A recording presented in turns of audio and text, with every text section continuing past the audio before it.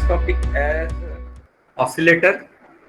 So before that, I want to know that whether you have studied the oscillator. Yes, sir. पढ़ा है ना? So anybody tell me what do you mean by oscillator? किस तरीके से हम इसको define कर सकते हैं? किस टाइप से आपने अपने अपने हिसाब से डिफाइन करो, उसमें क्या है? DC to AC generator. DC to AC generator, ठीक है, वेरी गुड। एक तरीके से बोला जा सकता। और कुछ बहुत सारी डेफिनेशन है भाई, आपने जब पढ़ा होगा तो आप तो परेशान हो गए, अच्छी अच्छी डेफिनेशन है, everything is meaningful. High frequency carrier wave generate कर ऑसिलेशन जनरेट कर रहा है बोलो तो फिर वो लो फ्रीक्वेंसी रहे या हाई फ्रीक्वेंसी रहे, we are not worrying about. Oscillation generate कर रहा है, यस। और कुछ बहुत सारे डेफिनेशन है उसके, और बहुत मीनिंगफुल है सभी। आई लाइक दैट, मतलब जिस तरीके से वो सोचते हैं। अच्छा, इसमें फीडबैक रहता है क्या? Yes sir, positive feedback. हाँ, ये भी तो एक अच्छी चीज है। अगर ये इनपुट पॉजिटिव को दिया तो ये भी पॉजिटिव को दे रहे हैं, तो इनपुट क्या रहेगा इसमें? Sir self generating waves. हाँ, sir it will produce self generating waves. Self generating, तो पॉजिटिव फीडबैक रहता है। Can I say oscillator is a circuit which gives output without input? हो सकता है क्या? Yes sir. यस सर, बोल सकते हैं ना? एम्पलीफायर में इनपुट होता है, इसमें नहीं होता। तो मैं इनपुट इक्वल टू 0 लिख दिया, ये फीडबैक वोल्टेज है VF। ये जो VD है, यहाँ जो वोल्टेज VD जा रहा है, ये अगर निगेटिव फीडबैक रहता तो Vin माइनस VF आता, लेकिन पॉजिटिव फीडबैक है तो मैं ऐसे लिख सकता हूँ ना कि VF प्लस Vin। और ये अगर मैं एक फॉरवर्ड गेन है, मतलब ये ऑप एम्प हो सकता है, ट्रांजिस्टर हो सकता है, कुछ भी एक सर्किट है जिससे हम ऑसिलेटर बना रहे हैं, तो वो बोल रहा है कि उसका आउटपुट जो है ये एम्पलीफाइड वर्जन ऑफ VD रहेगा। ये भी बोल सकता हूँ, ये अपन कर चुके हैं। बरा ऑप एम्प को मैं लेते वक्त ये लिख चुका हूँ कि VD में V1 माइनस V2 किया था, लेकिन ये इन फेज होने से ये दोनों एडिशन हो जा रहे हैं। आउटपुट वोल्टेज इस ब्लॉक की कैरेक्टरिस्टिक है कि इसको VD दिया तो एम्पलीफाई A से होकर यहाँ VO मिलता है, इसलिए VO is equal to AVD। और VF क्या है? ये फ्रैक्शनल पार्ट है। यहाँ से अगर एक रजिस्टर डिवाइडर नेटवर्क है तो ये फ्रैक्शनल पार्ट है किसका? VO का। मतलब इसको VO दिया तो VF मिलता है कितना? बीटा टाइम्स प्रोडक्ट हो। ये बोल सकता कि ये बीटा टाइम्स VO। कल अपन ने देखा था शिमिट ट्रिगर में beta R1 upon R1 plus R2, ऐसा रजिस्टर के हिसाब से बनेगा। अब इन सब से अगर मैं इसका गेन निकालना चाहूँ, क्लोज लूप गेन, तो क्लोज लूप गेन कैसे निकलता है? VO by Vin। Open loop gain क्या है? ये है A। चीज की कैरेक्टरिस्टिक हो गई। लेकिन हम जब फीडबैक लगाते तो ओवरऑल गेन जो होता है, ओवरऑल गेन क्या होता है? VO by Vin। तो VO बाई Vin क्या मिलेगा हमको, बताओ तो। देखो, ये VO मैंने लिख दिया AVID, सॉरी AVD, ठीक है, यहाँ से। और यहाँ Vin है, अब यहाँ AVD था, Vin मैं यहाँ से ले रहा हूँ। Vin को मैं क्या लिख सकता हूँ? VD माइनस VF, या उससे भी सिंप्लीफाइड Vin इक्वल टू, कहाँ से ले लूँ? VD minus VF, VD is VO by A और VF इज बीटा VO। शायद इससे सिंप्लीफाई हो जाए और ये मिल जाएगा मुझे। ओके, इस तरीके से नहीं करता, यहाँ पे इससे थोड़ा आसान करता। ये जो VD है ये कैंसिल होने के लिए मैं AVD लिख दिया और यहाँ से VD कॉमन निकाल दिया ताकि ये VD कैंसिल हो जाए। अब ये VD कॉमन निकाला तो 1 माइनस VF बाय VD, ये VD कैंसिल हो गया।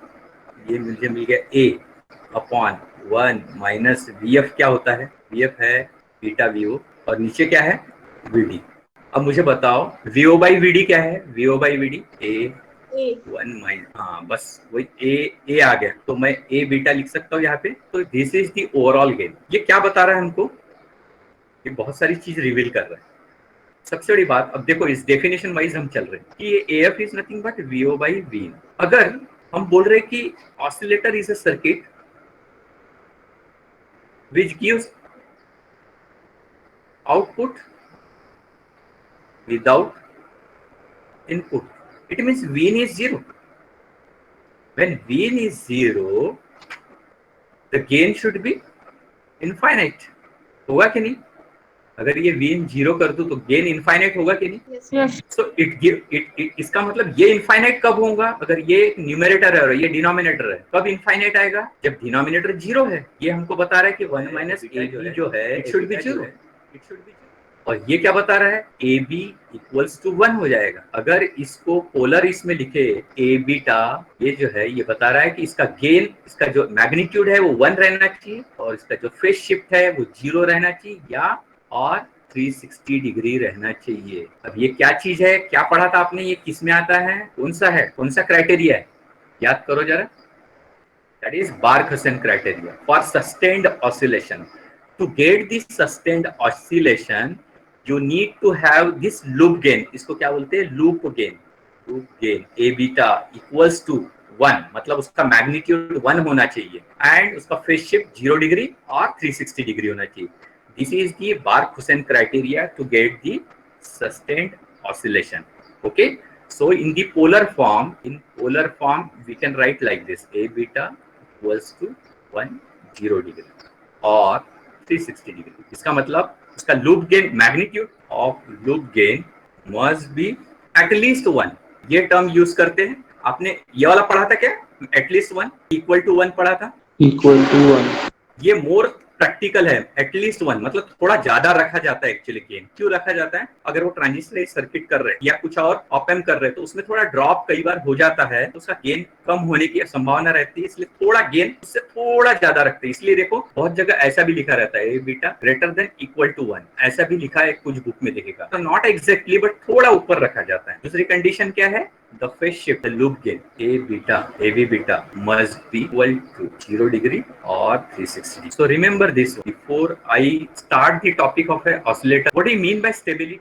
मैंने ये पहले भी बोल चुका था, जब एम्पलीफायर में स्टेबिलिटी की बात आएंगी तो we want its gain should be stable, कि वो विद टेम्परेचर, वो with supply fluctuation, that should maintain the gain constant. When we talk about the oscillator, we want the stability in terms of frequency.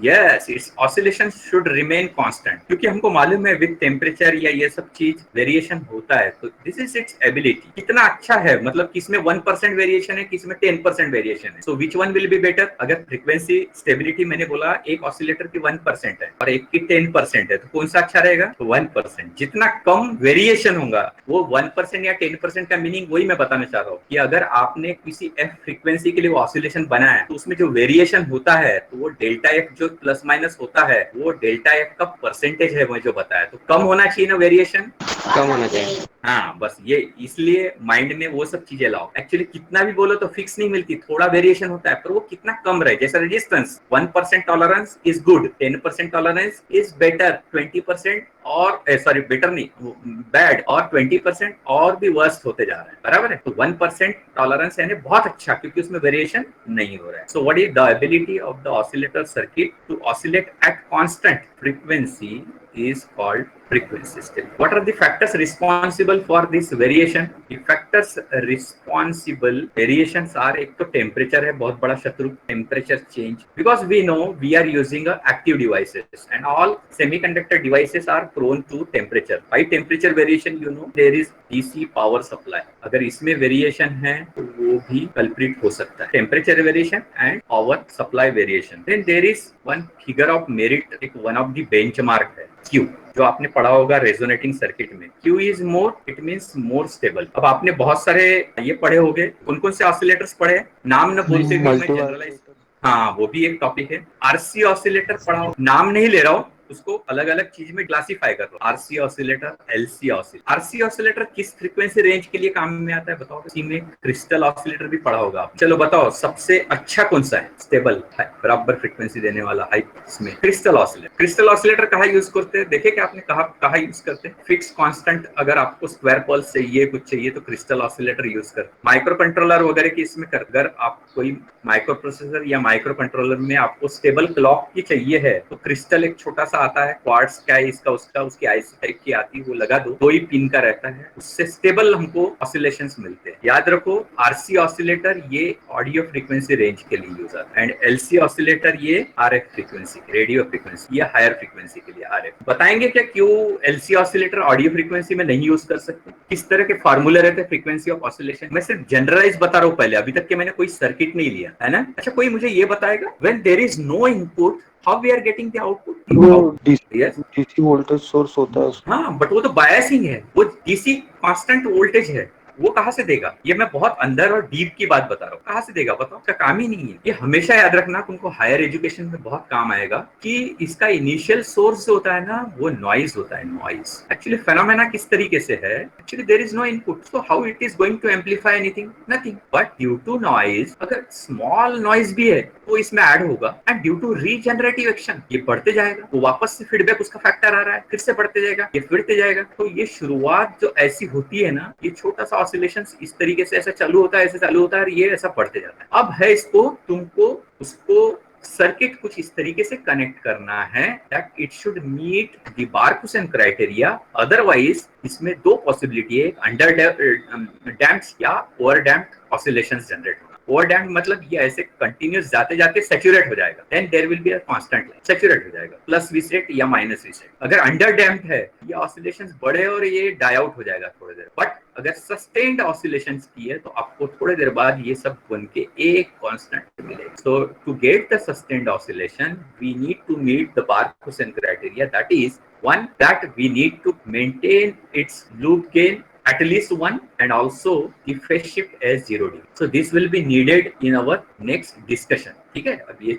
और अब जो दूसरा सवाल, एक normal range में याद रखना कि ऑडियो आरसी जब सर्किट रहता है तो नॉर्मली एफ का फार्मूला 1/2 पाई आरसी टाइप आएगा। ये जनरल बता रहा हूँ, अगर दो रजिस्टर और कैपेसिटर है तो ये कई बार ऐसा आता है 2 pi square root of R1 R2 C1 C2, यानी अगर दोनों इक्वल ले लिया तो आर स्क्वायर, दोनों इक्वल लिया तो सी स्क्वायर, और आर स्क्वायर सी स्क्वायर का अंडर रूट निकाले तो आपने आरसी आ जाए। वैसे ही आपने ये भी देखा होगा 1/2 पाई रूट एलसी, याद आ रहा है क्या? या फिर इस तरीके से दिखा हुआ है L1 L2 C1 C2, पढ़ा है कि नहीं कॉल्पिट एंड हार्टली ऑसिलेटर। अब देखो क्या होता है, अगर फ्रीक्वेंसी और इंडक्टर ये इनवर्सली प्रोपोर्शनल है कि डायरेक्टली प्रोपोर्शनल? इनवर्सली प्रोपोर्शनल है। इसका मतलब मुझे अगर फ्रीक्वेंसी हाई चाहिए तो इंडक्टर का साइज छोटा हो सकता है, बराबर है। पर मैं अगर फ्रीक्वेंसी की वैल्यू बहुत कम चाह रहा हूँ, अगर मैं फ्रीक्वेंसी कम चाह रहा हूँ तो इंडक्टर की वैल्यू बढ़ जाएगी ना। If I want an oscillations or frequency of oscillation for a lower frequency, so size of the inductor will be very high, मतलब इंडक्टर की